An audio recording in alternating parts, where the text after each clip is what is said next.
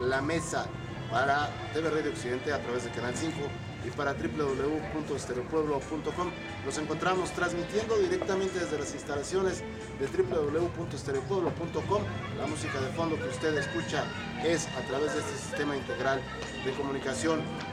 Hoy vamos a tocar un tema importante, un tema vital, el tema de la educación, los paros laborales que tienen los maestros y bueno, lo que está pasando en torno a esto. Para eso, oportunamente invitamos a la maestra Norma Dueñas Guerrero, quien es la coordinadora de la sección 18 del Sindicato Nacional de Trabajadores de la Educación, lo que ellos denominan como institucionales. Infelizmente no nos ha aceptado la invitación, nos ha dejado esperando. Invitamos también al maestro Fernando López Partida, quien es el coordinador regional de la Coordinadora Nacional de Trabajadores de la Educación. La CENTE de último minuto nos ha cancelado. Igualmente invitamos al profesor Felipe de Jesús López Ramos, coordinador regional de la Dirección Colectiva Regional Democrática, que es también una parte de la Coordinadora Nacional. Quien, bueno, agradecido, profesor, has aceptado la invitación, has aceptado este foro en el que pretendemos llevarle a la ciudadanía un panorama muy general de lo que está pasando a nivel nacional. La pregunta que hace la gente es ¿por qué este paro? ¿Por qué está pasando esto? ¿Por qué unas escuelas sí están trabajando? ¿Por qué otras no? Bueno, pues buenos días, tardes o noches, como lo dijo José Luis. Primeramente agradecer este espacio que se nos brinda para poder, así como lo dijo José Luis, informar o comunicar a toda la sociedad en general el por qué está sucediendo este conflicto magisterial, ¿verdad? Entonces agradecemos esa invitación y el espacio que se nos brinda.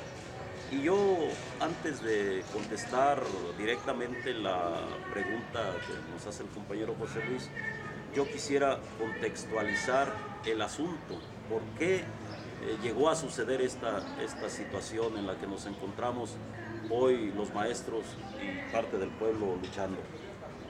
En 1990, en Washington, se reúnen los dirigentes mundiales más poderosos, así como los dirigentes de los organismos internacionales, y elaboran lo que en aquel momento se denominó Consenso de Washington, donde elaboran una serie de cuestiones para que los países, vamos a decir, dependientes del apoyo financiero, político de parte de estos países poderosos, pudieran hacerse acreedores a estos apoyos. Y entonces, entre esos 10 ordenamientos que ellos elaboran y les hacen a los países, están dos que llaman la atención. Uno es el achicamiento de las funciones del Estado, donde poco a poco ellos dejen en manos del mercado todas las cuestiones que ellos tienen que coordinar como gobernantes de un país. Entonces, dejan en este sentido la cuestión en manos de los empresarios, que ellos vayan decidiendo el qué hacer en las cuestiones todas de un país. Esa es una de las primeras 10. La segunda es con que les ordenan a los países que vayan poco a poco retirando el apoyo que le dan a las cuestiones sociales. Y esto tiene que ver con salud, con educación, con cultura, con deporte, etcétera, etcétera.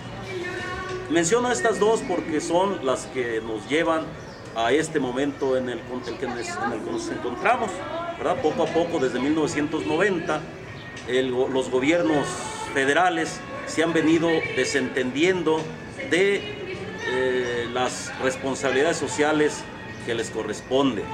Y en este asunto es que a la educación, en lugar de que poco a poco se le vayan incrementando el presupuesto, como lo ordena la ONU, de que mínimamente sea el 8% del PIB, pues no llega ni a 5% lo que se le destina a la educación. Bueno, pero esto es parte del plan que se estructuró desde 1990. También ahí se decide que los derechos de los trabajadores todos poco a poco se vayan reduciendo a su mínima expresión, ¿verdad? Entonces, este es el contexto en el que se empieza a gestar toda la destrucción del Estado social como responsabilidad que tiene ante el pueblo. Últimamente la OCDE giró también recomendaciones al gobierno federal, todavía cuando estaba Felipe Calderón, le hizo una serie de recomendaciones donde tenía que implementar lo que hoy se aprobó en estas leyes secundarias en el Senado y en la Cámara de Diputados. Estamos hablando más o menos del 2011, donde se hacen estas recomendaciones por parte de la OCDE, donde implementan o están orientando que debe ser la evaluación a los maestros, lo que debe de prevalecer para mejora del sistema educativo, donde dicen que las plazas deben ser por concursos de oposición, etcétera, etcétera. Entonces, ese es el contexto en el que se gesta toda esta destrucción, ¿verdad?, del Estado social que debe de estar viendo el gobierno federal. Y eso nos lleva a este momento donde únicamente están legitimando los senadores y los diputados esas determinaciones que no fueron tomadas en nuestro país. Pero otra cuestión, los maestros y los padres de familia, que somos los directamente involucrados en este asunto de la reforma educativa, no fuimos tomados en cuenta, ¿verdad? Para nada nos consultaron a ver qué opinábamos, para nada nos preguntaron qué propuestas teníamos. Entonces es una imposición de la clase política que nos está gobernando, y de esa manera no es como se pueden consensar o aprobar leyes justas que busquen el beneficio de la sociedad. Ese sería el contexto general en el que nos encontramos hoy en este momento. Profesor, hay en este asunto tres periodos muy definidos, tres puntos de quiebre. El tema de la firma de la Alianza por la Calidad Educativa, el tema de la reforma laboral y ahora el tema de la aprobación de la ley secundaria del servicio docente. ¿Qué implica esto para el profesorado primero? ¿Qué tan grave es que obliga a la mayoría de los maestros a abandonar las aulas y salir a la calle y exponerse a todo este golpeteo mediático que se ha dado? Bueno, pues esos tres momentos que tú mencionas han sido fundamentales. Igual me faltó agregar otro, ¿no? A lo mejor la reforma laboral también. Sí la mencionaste, sí la mencionaste. Esos tres momentos son graves porque son los momentos en que se agreden las conquistas laborales. Yo no digo solamente de los trabajadores de la educación, sino del pueblo mismo, a tener una educación de calidad, integral, científica, etcétera, etcétera. Así como el derecho a la gratuidad de la misma. Con estos tres acuerdos, momentos que tú comentas, se están agrediendo estas cuestiones. ¿Por qué hay en estos momentos la oposición del magisterio? Y queremos decir de una parte del pueblo, porque nosotros hemos platicado con nuestros padres de familia en las escuelas para hacerles del conocimiento de la gravedad de la reforma educativa. Entonces, en primer lugar, nos oponemos a esta reforma educativa, que no es educativa, es laboral administrativa, porque se está agrediendo los derechos consagrados en la Constitución política de nuestro país. En los artículos de la Constitución dice que todo ciudadano tiene derecho a un empleo, tiene derecho a un trabajo digno, bien remunerado, en las mejores condiciones. Y para eso hay una ley reglamentaria, que es la Ley Federal del Trabajo, que también se está violentando. Con la reforma que se está haciendo, lo que se está arrebatando es el derecho al empleo, en primer lugar, ¿sí? El hecho de que a un maestro lo puedan despedir en el momento que la autoridad lo decida, es una agresión a este derecho. Pero también están agrediendo el derecho a la estabilidad en el empleo. Una vez que ya lo tienes, debe haber una estabilidad para que lo conserves y puedas desempeñar tu trabajo.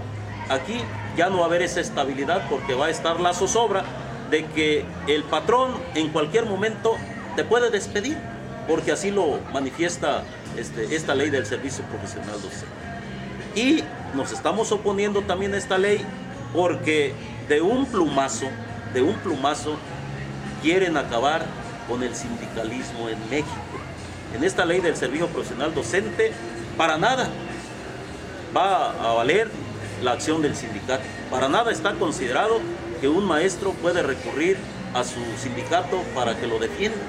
Entonces es una relación individual o individualizada, personalizada, donde lo que quieren es que el trabajador esté en la indefensión total, ¿verdad? Para que en cualquier momento lo corran, no haya quien lo defienda, e incluso en la ley está establecido que te pueden correr a la hora que ellos quieren, sin juicio o procedimiento previo de defensa.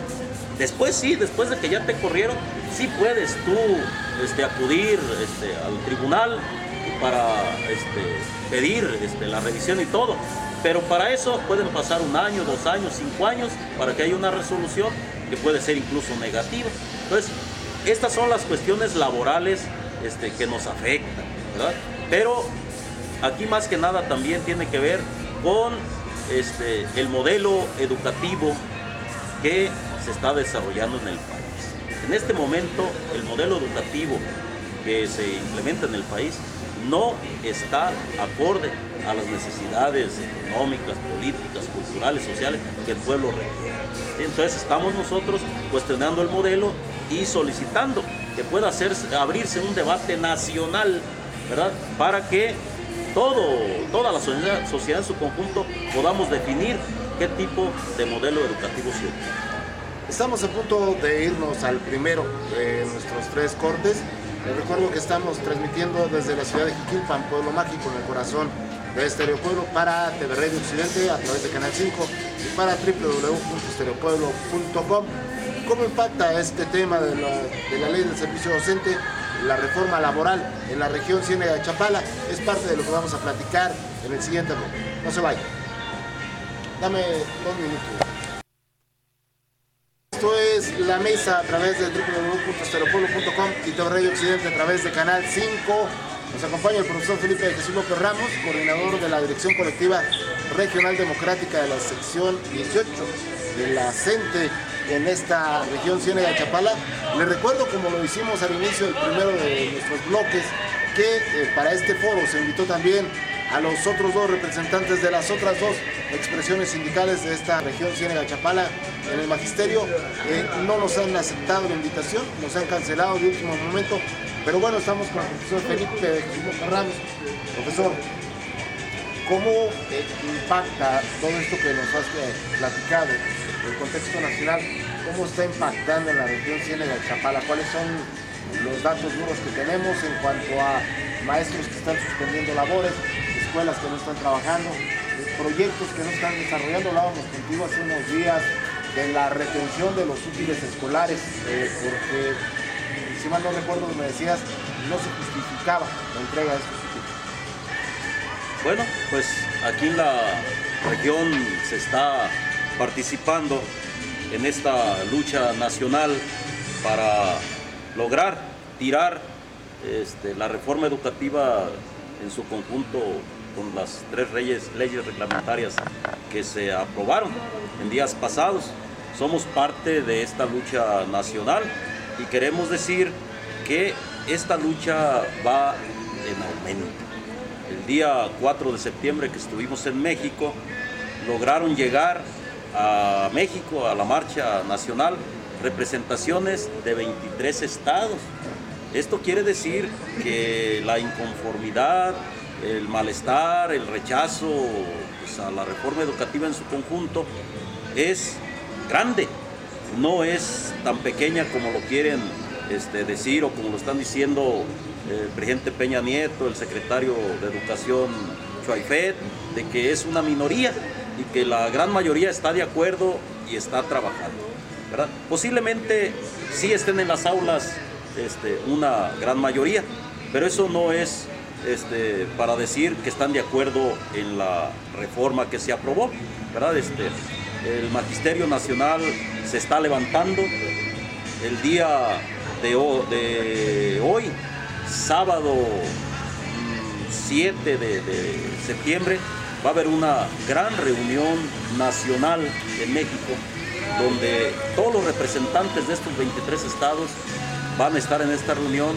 para hacer el análisis de la situación y poder estar generando un plan de acción a corto, mediano y largo plazo, para ir coordinando todas las acciones en estos estados. El problema que hoy estamos enfrentando como sociedad, yo no quiero decir nada más como maestro, nos está obligando a que todo el magisterio, independientemente de su ideología o de su postura política, nos estemos, si no unificando, sí coordinando en la acción, ¿verdad? Porque hemos explicado a todos los maestros la gravedad del asunto, ¿verdad? De lo que está en riesgo, de lo que se va a perder en cuestión de derechos laborales y sindicales. Y eso muchos compañeros que no comulgan con nuestra ideología lo están entendiendo y están ya tomando acuerdos de participar en las acciones y movilizaciones que se están haciendo. Cito, por ejemplo, aquí en Michoacán, el caso de Lázaro Cárdenas, donde el día de ayer maestros institucionales salieron a la calle a realizar una marcha de protesta en contra de estas leyes secundarias de la reforma educativa. Y así como esto sucedió en Michoacán, tenemos conocimiento de que en otros estados donde predomina la parte institucional, los maestros están saliendo a la calle, están haciendo paros e incluso se está llegando al desconocimiento de los líderes, como en el caso de Durango, donde tenemos información que las bases están rebasando a los líderes por no abanderar su lucha. Entonces, aquí en la Ciénega, esa es la situación. La gran mayoría estamos participando, nos estamos integrando a las acciones de lucha y, por lo tanto, hay días donde la gran mayoría de las escuelas se cierran, porque la mayoría nos vamos a las acciones, ¿verdad? Hay escuelas que han tomado la decisión de estar un día o dos o tres en las aulas para estar en contacto con los padres de familia, estarles informando cómo va esta cuestión, ¿verdad? Y es respetable, es respetable. Otras escuelas definitivamente desde el 19 se cerraron y no se han abierto, no se ha atendido ni un día a los alumnos. Yo quiero entender que también ese es el acuerdo de esas escuelas, atender lo general, ¿verdad? Y quiero entender también que tienen el respaldo de los padres de familia. Entonces, aquí en la región estamos hablando de una gran mayoría que está sumada a esta lucha. Y tenemos conocimiento también de ayer que hubo una reunión en Sahuayo, convocada por la parte institucional para dar la información de la reforma, de las leyes aprobadas, y la información que tenemos es que muchos de los asistentes a esta reunión no estuvieron de acuerdo con la información que se les virtió y cuestionaron a los representantes que vinieron a presidir esta reunión de que no se estaba hablando con la verdad, de que no se les estaba informando realmente cómo está la situación, ¿verdad? Y algunos salieron molestos. Nosotros vamos a hacer el llamado a todos los compañeros maestros de la región a que se sumen a esta lucha que perjudica a todos, independientemente del color, negros, rojos o amarillos, a todos perjudica por igual, y vamos a hacer el llamado a que podamos incorporarnos todos, ¿verdad? Haciendo un lado nuestras diferencias ideológicas y prioricemos el riesgo que tenemos enfrente. Felipe, hay un tema, hablaste del apoyo de los padres de familia, pero aparte hay un tema, entenderíamos la sociedad, los padres de familia, la suspensión de labores, la suspensión de actividades, las marchas, los paros, pero nos ha tocado ver profesores que mientras las escuelas están paradas, mientras una parte del profesorado está trabajando en la cuestión político-sindical, los vemos lavando su carro en su casa, arreglando su jardín. Esto es, no van a dar clases, pero tampoco se suman a la lucha de manera activa. Esto, me imagino, ya lo habrán detectado ustedes como dirigencia sindical, pero también entendemos que hay un sector, a lo mejor dirigido, de padres de familia que están externando, ya no la complacencia para con el cierre de escuelas. Me tocó verte a ti encabezando una manifestación en Zaguayo un viernes, y la molestia de los tianguistas era mucha. De repente no es como que exponerse un pequeño grupo, el grupo que siempre está dando la cara por aquellos profesores que aprovechan estos espacios no laborales para irse a estudiar otras cuestiones. Bueno, hay que resaltar una cosa. El paro de labores o el cierre de las escuelas se hace desde dos puntos de vista. Primeramente, desde el punto de vista político, ¿verdad? Es necesario cerrar las escuelas para que el gobierno estatal y federal pueda hacernos caso, tomarnos en cuenta, ¿verdad? Y entonces, aunque muchos maestros no puedan participar por algunas cuestiones en las actividades, se explica como arma política el que las escuelas se cierren, porque es una presión hacia las autoridades educativas para que atiendan las demandas del magisterio. Pero esto claro que se debe de dar informando a los padres de familia, informando a la sociedad en general, ¿verdad? Y por otro lado, se cierran las escuelas para que los maestros todos tengan las facilidades para que puedan trasladarse a las actividades sindicales sin que haya ningún riesgo por parte de la autoridad educativa de quererlos sancionar o poderlos presionar a entregar documentos, etcétera, etcétera. Entonces, en esas dos vertientes se hace el cierre, pero siempre hemos insistido en que la comunicación con los padres de familia y con la sociedad en general debe de darse para explicar esto y ellos puedan estar valorando la razón de nuestras demandas, ¿verdad? Entonces, sí es cierto, hay compañeros que no van a la escuela, que no van a las actividades, ¿verdad? Sus razones tendrán,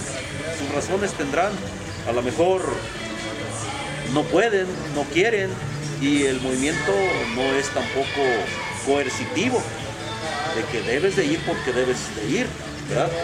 Es también apelando a la conciencia del maestro, es el primero que debe de entender que realmente se ocupa dar esa batalla en las calles, en las plazas y en las escuelas también. Estamos por entrar al segundo corte a través de www.stereopueblo.com y TV Radio Occidente a través de Canal 5 en esto que es La Mesa. Hace tiempo, y esto nos lo responderá el profesor Felipe en el tercer y último bloque, hace tiempo la Dirección Colectiva Regional Democrática y otras fracciones declararon el paro de labores como un método agotado de lucha. ¿Por qué cambia el discurso ahora? Vamos a un corte. Déjame acabo el cigarro. Ya regresamos a este que es el último bloque de La Mesa, transmitiendo en vivo y en directo desde las instalaciones de Estéreo Pueblo. Esto que es www.stereopueblo.com. Estamos en la plaza principal de Jiquilpan. Hoy nos trepamos al kiosco a ver si no viene estas policías turísticas que hay por aquí. y nos bajen, pero ya nos quedan 15 minutos, profe. Hace tiempo manifiestan la Dirección Colectiva Regional Democrática, profesor, que el paro de labores estaba agotado como método de lucha. ¿Por qué cambia el discurso? A ver, nosotros cuando nacimos como dirección colectiva, quedó muy claro que no renunciamos a la utilización de las formas de lucha para defender los derechos laborales, la educación, etc. No estábamos ni estuvimos nunca renunciando a hacer paros de labores, a participar en marchas ni nada. Lo que nosotros siempre dijimos que lo íbamos a usar de manera responsable, ¿verdad? ¿Qué quiere decir esto? Que cuando se justificara, ¿verdad?, el salir a las calles, el hacer un paro o el participar en un paro, lo íbamos a hacer. Ya lo hemos venido haciendo. Te consta que ya lo hemos venido haciendo, pero de manera responsable, sin cerrar definitivamente las escuelas, participando de manera representativa, ¿verdad? Entonces, no renunciamos a esta forma de lucha y también dijimos, el día en que haya necesidad de participar de manera más contundente, lo vamos a valorar y si la base decide que le entremos de una manera más contundente, lo vamos a hacer. Entonces, en esa razón, hoy estamos participando de una forma más contundente, ¿verdad? Más sin embargo, las escuelas que se ponían con nosotros no han querido cerrar las escuelas definitivamente, cosa que hemos aceptado y hemos respetado. Dicen, cerramos las escuelas un día, dos, y nos vamos a participar en las acciones, ¿sí? Los otros 3 o 2 días estamos en las escuelas y de esa manera estamos participando de manera responsable. Hoy el riesgo que se presenta de perder la plaza, de ya no tener sindicato, de que te despidan a la hora que quieran, etcétera, etcétera, eso nos ha obligado a tomar este tipo de determinaciones.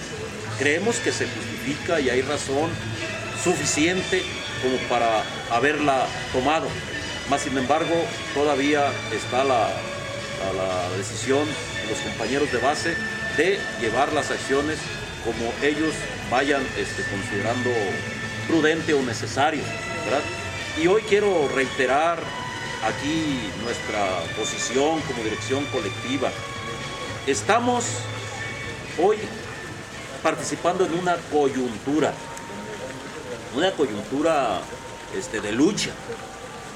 Y si los compañeros institucionales o de otra fracción consideran también que es necesario participar en esta lucha, yo creo que bienvenidos son. Si hace necesario la fuerza. Entonces, nuestra participación en esta lucha, ¿verdad?, es coyuntural, pero no descartamos que una vez terminada esta etapa de lucha, nos podamos sentar con nuestros compañeros de la sección 18 a ver qué es lo que nos ha mantenido un poco alejados, distantes o divididos, si se puede llamar, y revisar si hay condiciones para que podamos platicar esas cuestiones y si hay voluntad de poder dirimirlas, hacer la unificación y la integración.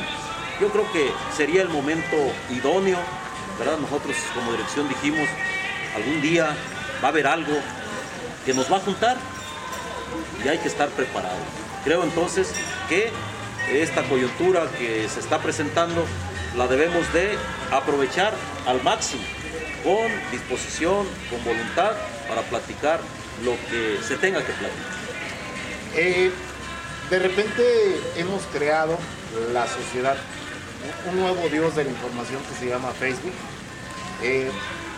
A través de esta red social que utilizan muchísimos maestros, se habla ya de un concepto no de resistencia, de un concepto ya revolucionario, de un concepto de revolución. ¿No se corre el riesgo de que esto de alguna manera sea algo ya incontrolable después, profesor? A ver, de lo que se ha estado manejando, ¿verdad? Después de que se aprobaron las leyes y después de ver la cerrazón que hay en el gobierno federal, tanto en la Secretaría de Gobernación como en la Secretaría de Educación Pública a nivel federal, de poder escucharnos y poder considerar nuestras opiniones, nuestras propuestas en torno al asunto educativo, viendo toda esta cerrazón y viendo esta imposición que se le quiere hacer tanto a los maestros como al pueblo. Lo que se ha comentado es de llamar a la resistencia civil y a la desobediencia a las leyes, que no es lo mismo de una revolución, ¿verdad? Ya lo decían grandes pensadores, cuando las leyes son injustas, no tiene por qué el pueblo obedecerlas.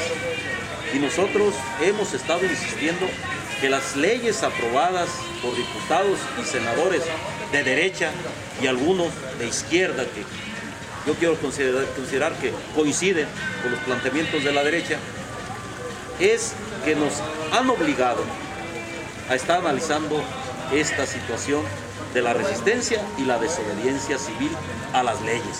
Eso es otro asunto que se estará decidiendo hoy en México, en esta reunión nacional de los representantes de los estados, ¿verdad? Entonces, y yo creo que va a haber otras propuestas y acciones a realizar si es que la cerrazón persiste en el gobierno federal de no atendernos, de no escucharnos y aparte de no considerar nuestras propuestas o señalamientos que estamos haciendo a estas normatividades aprobadas.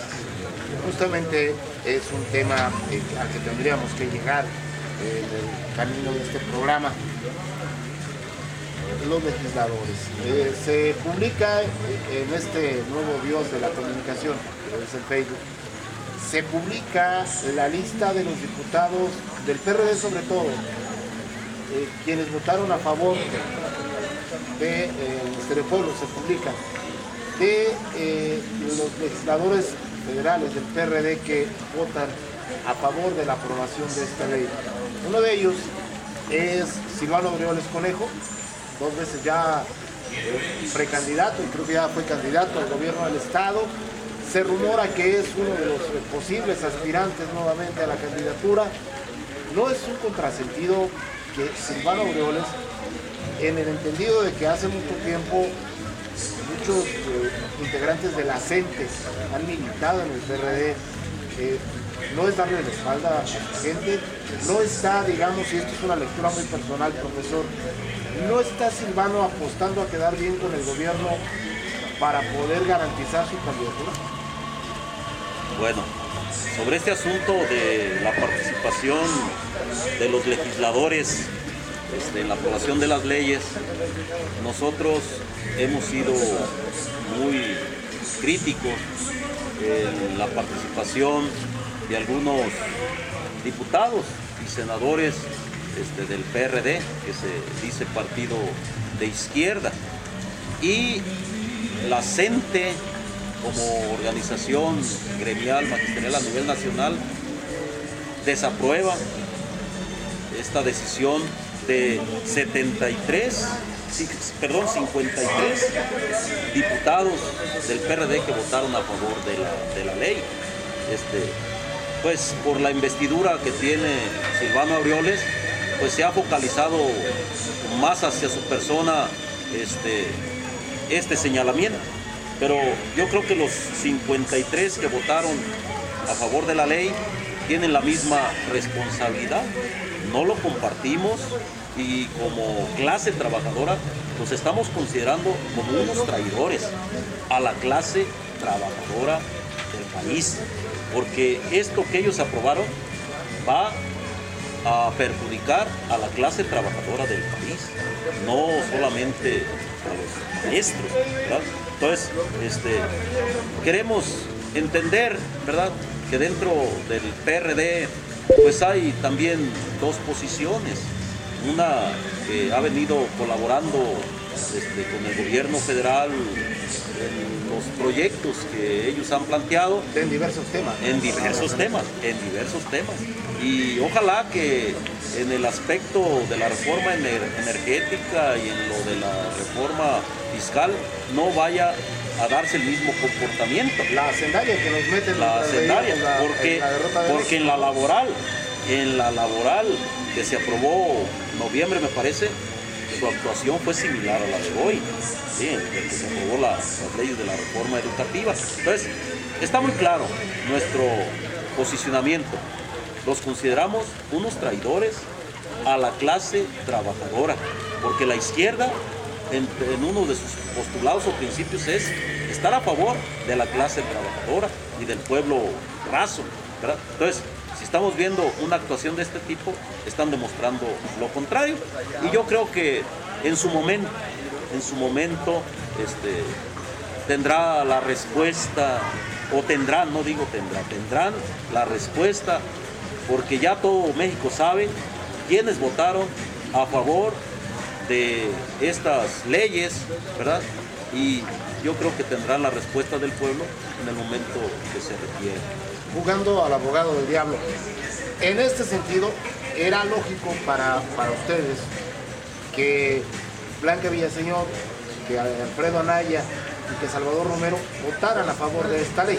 Sí, esto era lógico. De ellos no nos extrañaban ni esperábamos nada. O sea, esto era lógico. Entonces, aquí lo que extraña, lo que sorprende es, en el caso concreto de Silvano y su hermano. Y creo que hasta la sobrina, ¿no? Verónica Reyes García, ¿cómo se llama? Verónica García Reyes, a lo mejor hasta los parientes de ellos también. A ver, en ese contexto, traiciona el que dice que sí y siempre no. Y vamos a jugarle al abogado del diablo. En este caso, ni Chavo Romero, ni Blanca Villaseñor, ni Alfredo Anaya podrían ser considerados traidores. A ver, ellos desde siempre que ha existido la derecha, sabemos hacia qué intereses juegan, y no es la de la clase trabajadora. Entonces, ellos no están traicionando a los trabajadores, porque nunca los han defendido, ni han dicho que están a favor, ¿verdad? Pero los otros, sí. Es que de repente esta dinámica política nos hace decir cosas que a lo mejor en otro contexto no hubiéramos dicho. En el caso concreto que acabas de decir, ellos no son traidores. Y va a haber gente de izquierda que te va a decir, oye, profe, ¿cómo no? Pero bajo esta óptica que has manejado, son los de izquierda quienes han traicionado. A ver, déjame decir una cosa. Yo no los considero traidores, los considero verdugos de los trabajadores, de la clase trabajadora. Sí, porque era lo que se esperaba. Entonces, son verdugos, son lacayos del gobierno o de los empresarios. Y es otra cosa, serviles, bufones, como lo dijo Monreal ahí dentro. Pero traidores es aquel que se rasga las vestiduras por decir defender una causa y luego actúa de manera contraria. Ese es. Viene un debate muy interesante entre Raúl Morón y Silvano Aureoles. Esto no es más allá, no creo que sea el lunes, más allá de lo que pudiera salir de este debate, de esta discusión. Todo parece indicar que no hay marcha atrás ya en la publicación de la ley, que ya fue aprobada.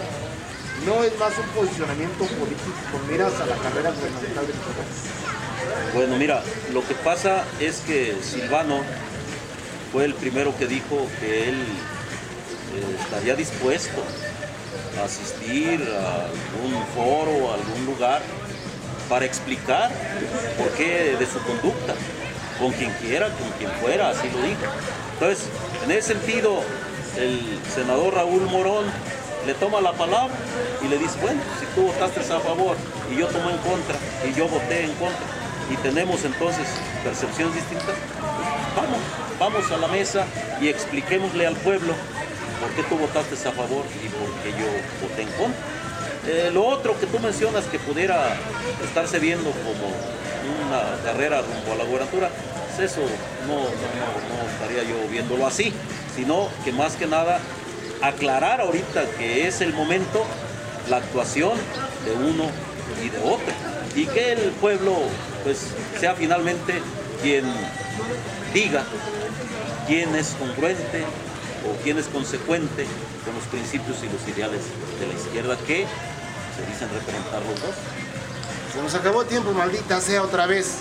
Señores y señores, muchísimas gracias. Esto fue La Mesa. Agradecemos al profesor Felipe Jesús López Ramos, coordinador de la Dirección Colectiva Regional Democrática en la región Ciénega de Chapala, de la CENTE, de la Coordinadora Nacional de Trabajadores de la Educación. El favor de su presencia fue el único que atendió el llamado que hicimos en la intención de que usted, amigo televidente, pudiera entender, pudiéramos conocer qué está pasando con este tema de los profesores. Nos vemos la próxima semana.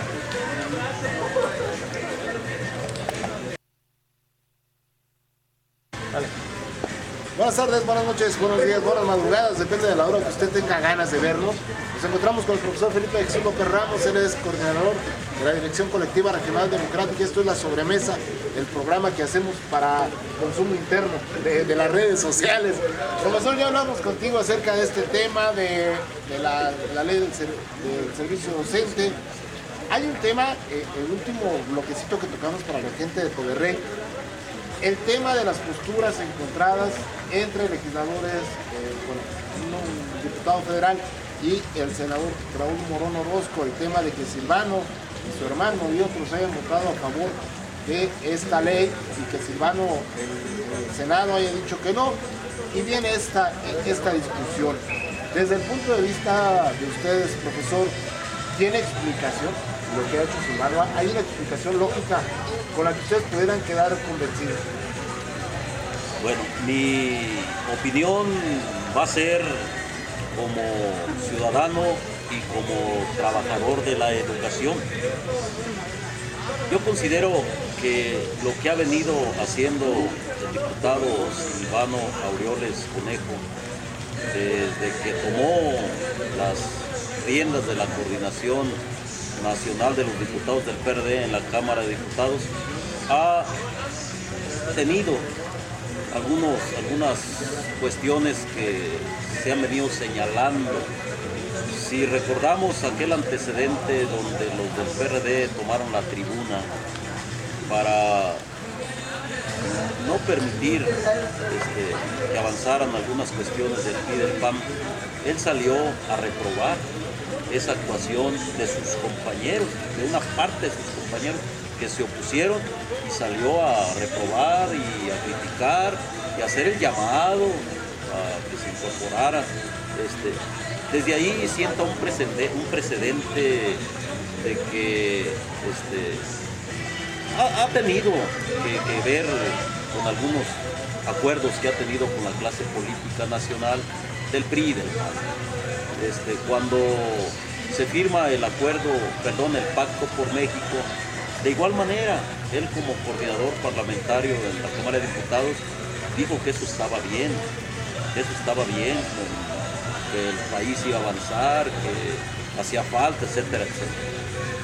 Y luego cuando se aprueba la reforma laboral, la contrarreforma laboral, digo yo, porque una reforma es donde avanzas, logras mejores condiciones todavía, contrarreforma es cuando retrocedes. Entonces, cuando se aprueba la contrarreforma laboral, él también estuvo de acuerdo en los cambios que se le hicieron a la legislación, ¿verdad? Que sabemos hoy que eso que decían que iba a generar un desarrollo grande en México, que iba a haber más empleo, mejores salarios, no es cierto, no es cierto.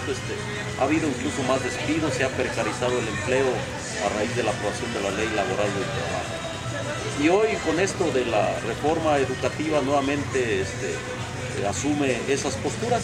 Por lo tanto, yo como ciudadano y como trabajador de la educación, a mí no me queda duda de que realmente es un colaborador del sistema político.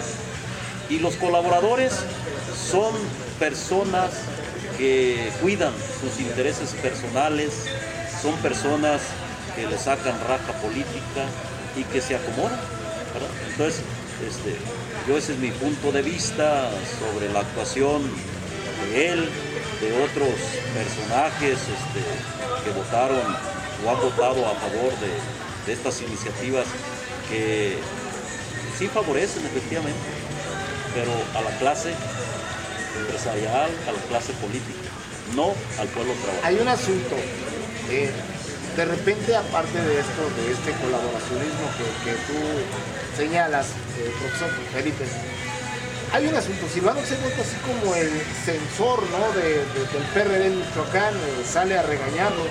Hoy en la portada de La Jornada le pide al PRD que deje esta actitud contestataria. ¿No es un contrasentido brutal que, por muy legislador federal que seas, por muy coordinador de tu bancada que seas, no debería al menos en las formas cuidar el tema este de las jerarquías partidarias? Bueno, yo creo que ese asunto lo tiene que dirimir el mismo partido al que él pertenece, ¿verdad? Analizar sus conductas, sus posturas y tomar las decisiones, las determinaciones que deban de tomarse. Tengo entendido que el día domingo, pasado mañana, habrá un consejo estatal del PRD en Morelia y que van a poner en la mesa la postura que ha venido asumiendo Silvano Aureoles, ¿verdad? Porque pues también ha llamado aquí en Michoacán a que el PRD se sume y se incorpore al acuerdo con Michoacán, y donde hay voces que dicen que eso pues no sería correcto, ¿verdad? Por varias razones que dicen ahí, pero yo reitero que esas decisiones, esos análisis se deben de dar al interior de ese partido, ¿verdad? Y tomar las decisiones como ciudadano. Sí, las criticamos también y vemos que no son las adecuadas. ¿Qué va a pasar finalmente? Porque al margen de lo que decida este Consejo Estatal, Silvano va a seguir siendo el referente a nivel nacional del PRD. Por jerarquía le correspondería a Raúl Morón, ¿no? A final de cuentas, Morón está en la Cámara Alta del Senado, es senador. Silvano es diputado federal, que si bien son paridad en el Poder Legislativo, sí hay jerarquías, ¿no? En este caso, ¿no sería Morón quien tendría que asumir el liderazgo, aún sea moral, del PRD en Michoacán? Bueno, aquí tiene que ver mucho la intervención y las decisiones de las cúpulas partidistas. Silvano está siendo apoyado e impulsado por el grupo que dirige el PRD, que son los chuchos, ¿verdad? Entonces, aunque el senador Morón tenga más jerarquía y tenga pues más cualidades, etcétera, finalmente los que gobiernan el PRD a nivel nacional han decidido darle ese impulso y ese apoyo y ese respaldo a Silvano en la idea de que pueda estarse proyectando para la candidatura del 2015. La postura de Silvano, esta postura a veces en contra del mismo PRD, señalabas la aprobación de la ley del servicio docente que desprotege a la clase trabajadora cuando era uno de los principales activos ideológicos del PRD. No se corre el riesgo, Felipe, de que en algún momento el mismo PRDismo le deje de creer al PRD. Claro que sí, existe ese riesgo y se puede decir, viendo. Hay cuadros periodistas en todo el estado que han dejado de creer, no en el PRD, yo digo que no es en el instituto y en sus programas, en sus principios, sino más bien porque ya no se respeta el programa y los principios. Los que han estado como dirigentes es que ellos han decidido mejor retirarse, ¿verdad? Yo creo que ese es el reto del PRD, volver al origen de sus principios, de su programa, de sus formas de lucha, etcétera. Y una tarea sería rescatar al partido de las mafias, se puede decir, o de las camarillas, que son las que últimamente han venido tomando las determinaciones que están llevando a que la militancia de ese partido se sienta no bien representada, no bien identificada, y se estén retirando. Entonces el riesgo está y va a seguir estando en tanto pues sigan sucediendo estas cosas.